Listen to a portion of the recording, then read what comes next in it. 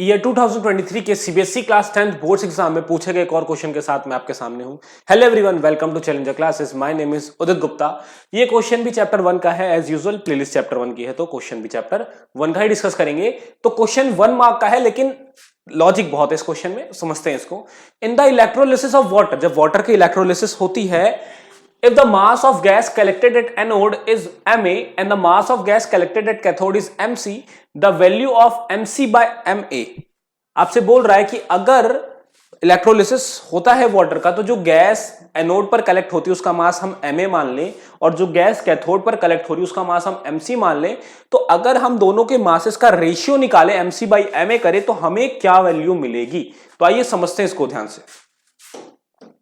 देखिए, electrolysis of water में क्या होता है। अब वाटर में क्या करते हो, अब वाटर में इलेक्ट्रिसिटी पास कराते हो, वाटर में इलेक्ट्रिसिटी पास कराते हो, तो इलेक्ट्रिकल एनर्जी की मदद से पानी डिकम्पोज हो जाता है और दो गैसेस प्रोड्यूस करता है, hydrogen gas and oxygen gas.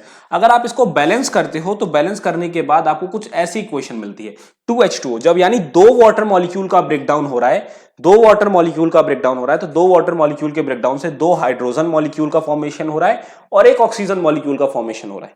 समझना ध्यान से, जब दो वाटर मॉलिक्यूल्स का ब्रेकडाउन होगा तो वो दो हाइड्रोजन मॉलिक्यूल बनाएगा और एक ऑक्सीजन मॉलिक्यूल बनाएगा। अच्छा, अब अगर इलेक्ट्रोलिसिस होता है तो इलेक्ट्रोलिसिस में, क्योंकि हाइड्रोजन इलेक्ट्रोपॉजिटिव नेचर का होता है, कैसे नेचर का होता है, इलेक्ट्रोपॉजिटिव नेचर का होता है, तो ये पॉजिटिव है तो किधर जाएगा, निगेटिव के पास, यानी कैथोड पे जाके डिपॉजिट हो जाएगा हाइड्रोजन।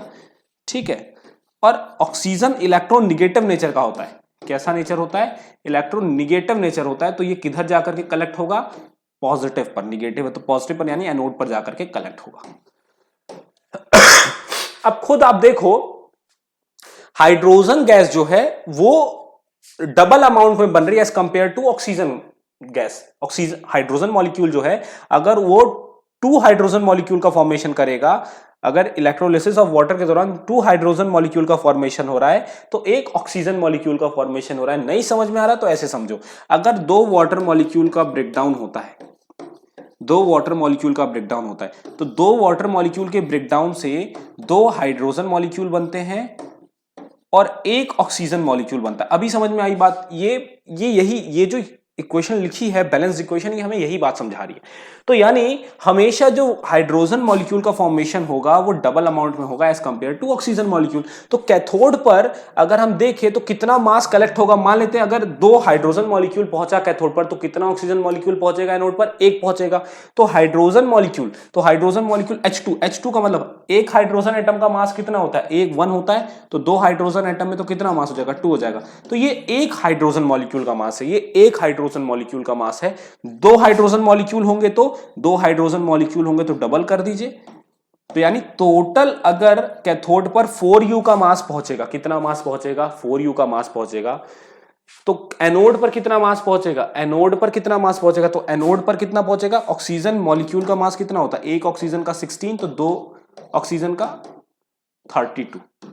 तो ऑक्सीजन कितना पहुंचेगा, अगर 4U amount of mass cathode पर जा रहा है तो कितना मास एनोड पर जा रहा है, 32U। तो रेशियो निकालते हैं, हमसे रेशियो क्या बोला है, हमसे बोला है आप रेशियो निकाल के दिखाओ MC/Ma का, MC/Ma का। तो कैथोड पर कितना मास जा रहा है भाई, कैथोड पर 4U का मास जा रहा है, एनोड पर कितना जा रहा है, 32U का। अब खुद ही समझदार हो, 8 टाइम्स कटेगा तो कितना आ गया, 1/8 आ गया। क्या 1/8 है ऑप्शन में हमारे पास, जी बिल्कुल, डी ऑप्शन। तो D option is the correct option, D option हमारा करेक्ट ऑप्शन है। आई होप आपको समझ में आया होगा। इलेक्ट्रोलिसिस आपने पढ़ी होगी, मुझे पता है, लेकिन देखिए क्वेश्चन कैसे पूछ रहा है, क्वेश्चन ऐसा पूछ रहा है कि आपकी अंडरस्टैंडिंग कितनी है, आपने कितना समझा उस चीज को। डायरेक्ट कुछ नहीं पूछ रहा है आपसे, क्वेश्चन को कितना ज्यादा देख रहे हैं, ट्विस्ट करके पूछ रहा है, मास का रेशियो निकाल के बताओ। अब तो कुछ नहीं करना उसमें, बस अगर अंडरस्टैंडिंग है क्वेश्चन की तो हो जाएगा। तो इसीलिए कोई भी टॉपिक पढ़िए तो उसको प्रॉपरली समझिए। समझ में आ रही बात, क्योंकि उससे क्वेश्चन कैसा बनेगा ये कोई नहीं जानता। आई होप आपको ये वीडियो समझ में आई होगी, आपकी कुछ अंडरस्टैंडिंग बनी होगी क्वेश्चन को कैसे अटेम्प्ट करना है। हमारी वीडियोस को लाइक करिए, चैनल को सब्सक्राइब करिए, अपने दोस्तों को भी शेयर करिए और हमें फॉलो करिए। ठीक है, थैंक यू।